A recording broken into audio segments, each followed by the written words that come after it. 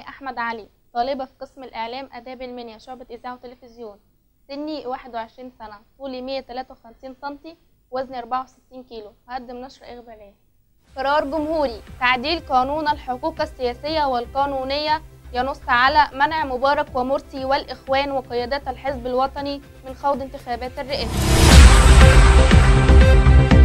الاتحاد الأوروبي ينهي تجميد 45 مليون دولار من أموال الرئيس الأسبق محمد حسني مبارك في 22 مارس المقبل.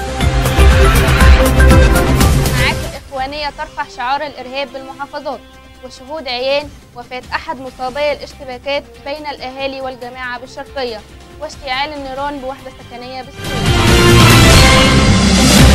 إصابة 5 من رجال الشرطة وضبط 7 من الجماعة الإرهابية في اشتباكات المطرية بالقاهرة. محافظ أسيوط يضع حجر أساس كوبري الملك فيصل للقضاء على الاختناقات المرورية. بدء استكمال الدراسة وسط تهديدات الإخوان وإنفلونزا الخنازير. ومن أخبارنا الرياضية، الزمالك يتأهل للدوري ال16 بعد تعادله سلبيا مع سكوربي الأنجولي.